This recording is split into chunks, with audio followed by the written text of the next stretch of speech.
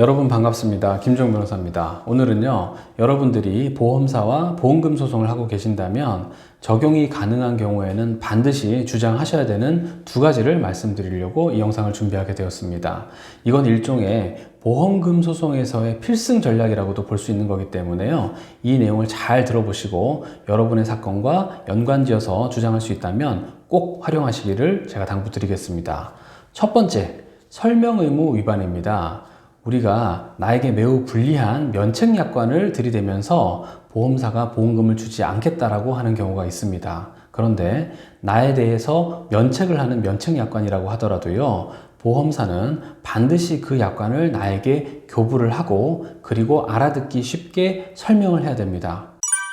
그런 면책약관이 법에서 정한 면책 사유를 단순히 반복하거나 부연 설명하는 정도에 그치는 것이 아니라면 반드시 그 면책약관도 설명을 해야 되는 것이고, 그러한 면책약관을 충분히 알아듣기 쉽게 계약자에게 제시도 하고 설명도 했다라는 것에 대한 입증 책임까지도 보험사에게 있기 때문에 설명 의무를 다하지 않았다는 것은 보험소송을 하시는 분들이 반드시 주장해야 되는 1순위라고 할 수 있겠습니다. 자, 그렇다면 보험금 소송에서 이길 수 있는 필승 전략 두 번째는 무엇일까요?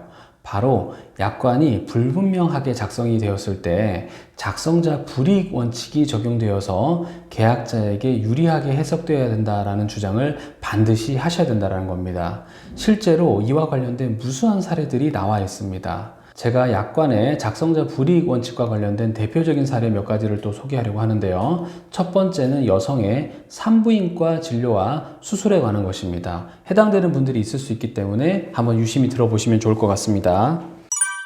원고는 산부인과에서 진료를 받고 초음파상 자궁 근종과 자궁 내막 증식증 의심 소견으로 소파 수술을 받아야 한다라는 의사 소견을 받았습니다. 그래서 1차 수술, 2차 수술, 그리고 3차 수술을 받았습니다. 그런데 1차와 2차에서 자궁 내막 소파 수술을 시행하고 나서 조직 검사 결과 보니까 자궁 내막 증식증이 일부에서 관찰이 되었습니다. 그런데 마지막 3차에서는요, 조직 검사 결과 소파 수술로 긁어낸 내막 조직에 한정하여 정상 소견을 받게 된 것입니다. 그러나 여전히 프로베라를 처방하여 약을 복용하도록 의사가 지시를 하였습니다. 그런데 여기에 대해서 수술비에 대해서 지급을 해달라고 보험금을 청구했더니 보험사에서는 주지 못하겠다라고 얘기를 한 거죠. 그 이유는 3차 수술은 보험약관에서 정한 수술이 아니다라고 얘기를 한 겁니다. 보험사는 보험약관에 자궁 내막 증식증의 치료를 직접 목적으로 하는 수술에서 이 직접이라는 표현이 결국 자궁 내막 증식증에만 수식하는 것이다 라고 얘기를 했습니다. 그런데 법원은 이렇게 보지 않고 이렇게 얘기를 합니다. 자궁 내막 증식증의 치료를 직접 목적으로 하는 수술에서 이 직접이라는 표현이 자궁 내막 증식증 이것만을 한정 수식하는 것이 아니고 자궁 내막 증식증의 치료 여기까지를 한정 수식하는 것으로 해석할 수도 있지 않느냐. 그렇다면 약관의 뜻이 명백하지 아니한 경우에 해당하므로 약관의 규제에 관한 법률 제5조 제2항에 따라서 고객에게 유리하게 해석해야 된다라고 보았다라는 것이죠. 이와 유사한 또 다른 사례가 있습니다. 휴일 재해 상해사망보험금에 관련된 사례들입니다.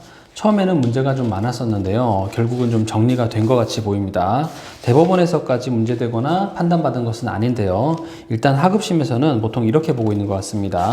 자, 예를 들어서 휴일에 피보험자가 교통재해 이외의 재해로 사망하였을 때 휴일 일반재해 사망보험금을 지급한다 라고 정해져 있습니다. 조금 어렵죠? 약관의 내용은 쉽게 말하면 휴일에 재해로 사망하였을 때 라고 요약을 할 수가 있겠습니다. 자, 그렇다면 문제가 되는 건 이겁니다.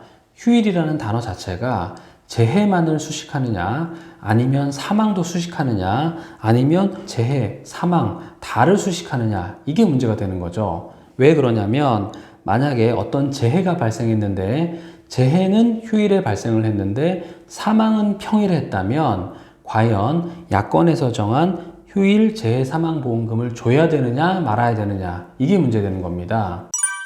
여기에 대해서 하급심이 조금 나뉘기는 했지만 가장 최근의 하급심은 이렇게 판단을 했습니다.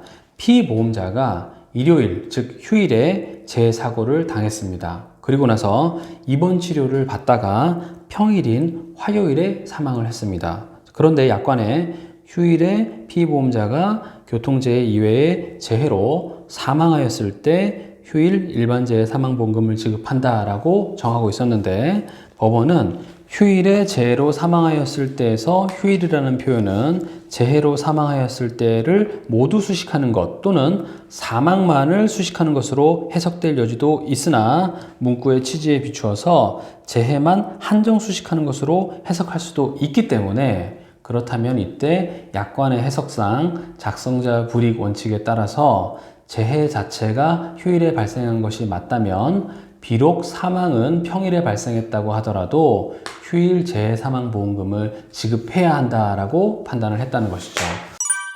여러분들이 보험과 전혀 무관한 일에 종사하신다면 제가 드리는 말씀이 조금 어렵게 느껴지실 수도 있을 겁니다. 하지만 기억해야 될 것 두 가지는 아까 전에 말씀드렸던 것처럼, 첫 번째, 설명 들은 적 없다 라고 한다면 나는 설명 듣지 못했습니다 라고 반드시 주장을 하셔야 된다는 거고, 두 번째, 보험사가 보험금 안 주겠다고 하면서 어떤 약관을 들이밀었는데 그 약관이 코에 걸면 코걸이, 귀에 걸면 귀걸이처럼 각각 다르게 해석될 수 있다고 한다면, 보험계약자 혹은 피보험자, 수익자 측에 유리하게 해석을 해달라고 주장을 하셔가지고 반드시 보험금을 받아낼 수 있도록 노력을 해 보셔야 된다는 것입니다. 오늘 영상이 여러분들께 도움이 되셨으면 좋겠습니다. 아무래도 실무를 하시는 분들께는 큰 도움이 되시지 않을까 싶습니다. 보험 관련돼서 분쟁이 발생했을 때는 언제든지 제게 상담 문의 남겨주시면 제가 친절하게 상담 드릴 수 있도록 하겠습니다. 저는 김주형 변호사였습니다. 감사합니다.